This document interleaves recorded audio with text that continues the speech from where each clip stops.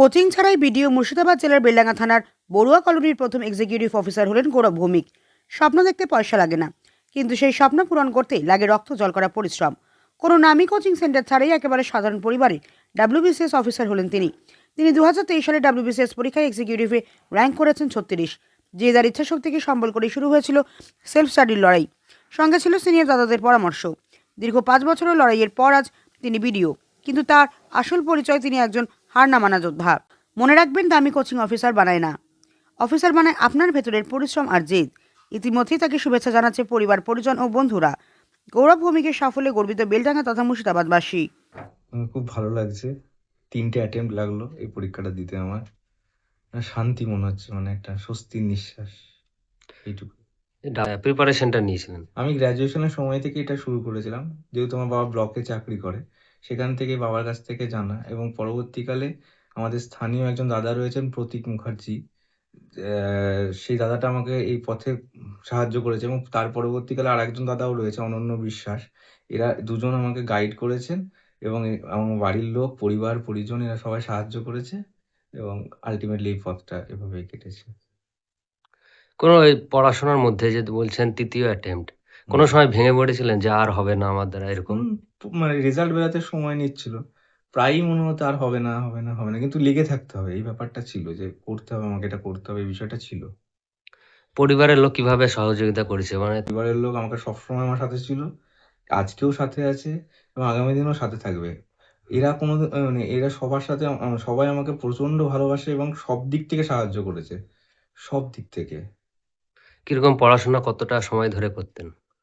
বিষয়টা সময়ের না, বিষয়টা হচ্ছে যে প্রতিদিন পড়াশোনা করতে হবে, এবং কোয়ালিটি স্টাডি যেটাকে বলে, যে যতক্ষণ পড়ছি ততক্ষণ ভালো করে পড়ে নিলাম, তারপর আর 5টা জিনিসও করি, এরকমই বিষয়টা ছিল। হবি কি আপনার? হবি এখন সে অর্থে হবিটা পার্সিউ করা হচ্ছিল না, কিন্তু ক্রিকেট খেলতে ভালো লাগে, ঘুরতে ভালো লাগে, এগুলোই ভালো লাগে। আর মোবাইল-টোবাইল, পড়াশোনার মধ্যে মোবাইল, সোশ্যাল মিডিয়া এসব করতেন? হ্যাঁ, হ্যাঁ, সব করতাম। আর আগামীতে যারা যে অ্যাসপারেন্ট আছে তাদের জন্য কি বলবেন? কিভাবে তারা নিজেকে তৈরি করবে? চেষ্টা, মানে হতে হবে, এটা ভেতর থেকে এলে অটোমেটিক বাকি পথটা সবার ক্ষেত্রে হয়ে যায়। যে যেখান থেকে শুরু করে আল্টিমেটলি যার মনের মধ্যে থাকে যেটা হবে, সে চেষ্টা করতে, করতে, করতে, করতে একদিন তার হবেই। কেউ কাউকে আটকাতে পারে না। নিজের চেষ্টাটাই হচ্ছে আসল, এবং কনসিস্টেন্সি। প্রত্যেকদিন পড়াশোনা করতে হবে। কম করি, সময় কম হোক, টাইমটা ফ্যাক্টর নয়। এটা লেগে থাকতে, থাকতে একদিন হয়ে যাবে।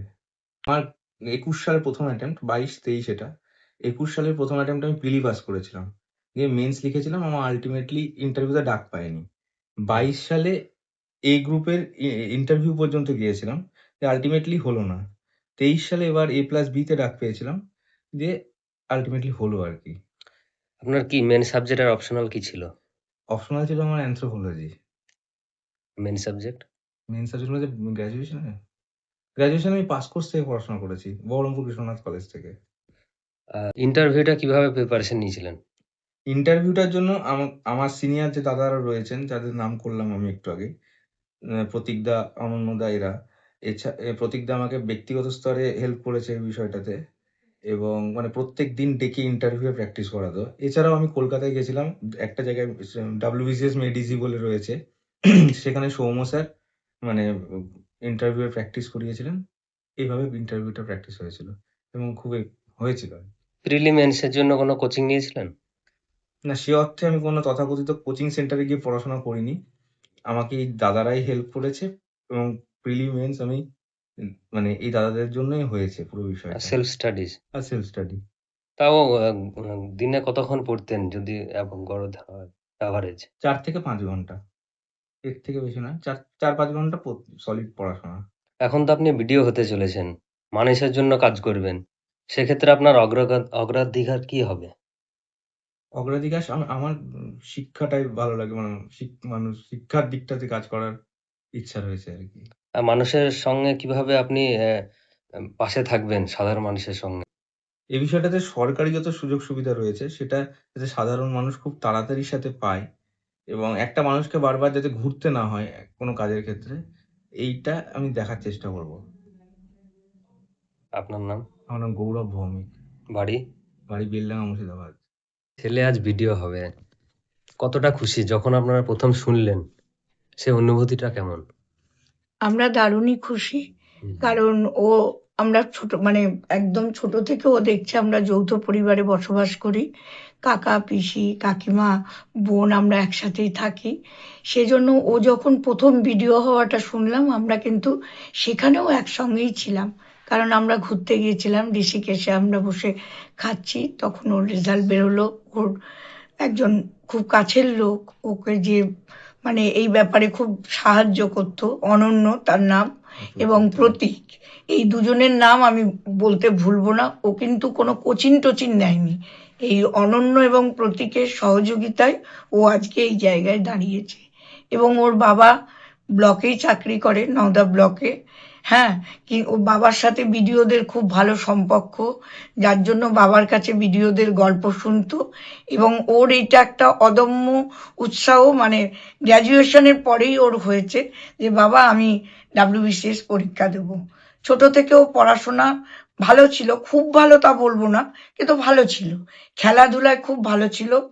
আর ওর বাবা ওকে সব জায়গায় নিয়ে যেত এবং মানে সমস্ত ব্যাপারেই সাহায্য করত। এইভাবে ও দাদু নাম রেখেছিল গৌরব। আজকে আমরা সবাই গৌরব যে ও শুধু মানে নিজে ব্যক্তিগতভাবে সাফল্য নয়, আমার পাড়া প্রতিবেশী, আত্মীয় স্বজন, বন্ধু বান্ধব সকলেই ওর এই ব্যাপারে খুব গৌরবান্বিত। এবং ও যাতে আগামী দিনে এই যে পদটাও পাচ্ছে সেটা যাতে সুষ্ঠুভাবে কর্মজীবন করতে পারে, আমি মা হিসেবে এইটুকু কামনা করব যে ঈশ্বরের কাছে যে আমার ছেলে যেন সুন্দর এবং সুষ্ঠুভাবে কর্মজীবনে সাফল্য লাভ করে, তবেই ওর এই নামের সার্থকতা থাকবে। আর আমি তাই বলতে চাই। আমরা ওকে সবসময় ওর বাবা, পিসি, কাকারা বুঝিয়েছে, এই ওর বড় কাকার সামনে আছে, ও কিছু বলবে।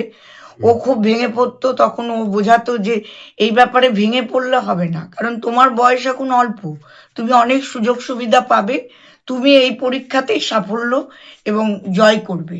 তা আজকে সত্যিই আমাদের খুব আনন্দ, কিন্তু তার মধ্যেও দুঃখ আছে যে ওর দাদু ঠাকুমা আজকে বেঁচে থাকলে যারা ওর নাম দিয়েছিল, এবং ঠাকুমা তো মাধ্যমিক, উচ্চ মাধ্যমিক, কলেজ পর্যন্ত এই পরীক্ষা উনি দেখে গেছেন, কিন্তু আজকে জয়ের এইটা উনি দেখতে পেলেন না। এর জন্য আমরা পরিবারের দিক থেকে খুব দুঃখিত, কিন্তু তবুও তার মধ্যে ওর মাসিরা, মামারা সকলেই মানে ওকে খুব আন্তরিকভাবে খুব ভালোবাসে, যার জন্য ওর এই সাফল্য আমরা সবাই, মানে আমার পাড়া প্রতিবেশীও ওকে এত ভালোবাসে যে ওর এই সাফল্যে প্রত্যেকেই সম্বর্ধনা দিতে আসছে, আশীর্বাদ দিতে আসছে, মানে সব কিছুতেই মানে ওর পাশে আছে।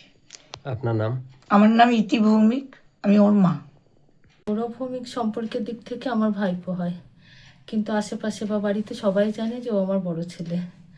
এবং ও যাতে এই দিকে থাকে, মাঝে মাঝে একটু ভেঙে পড়তো, সেই দিক থেকে আমি না বাবা তো এখানেই তোমার হবে, তুমি একটু লেগে থাকো, তুমি পুরো একদম যেটা বলে সিগনালে আটকে আছো, তোমার এই অসুবিধাটা, সিগন্যালটা কেটে গেলে তুমি সাফল্য উঠে যাবে।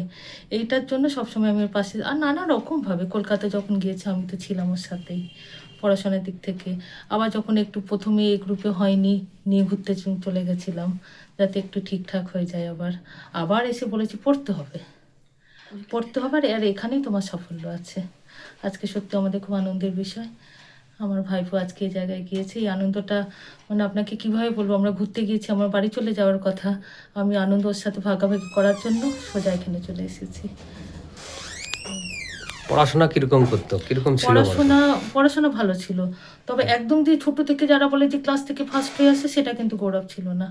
গৌরব কিন্তু যখন বুঝলো যে আমাকে এই জায়গাটায় ঢুকতে হবে, সেটাতে ভালো মানে ভালোবেসলে যে হয় সেটা ওকেই আমি দেখলাম।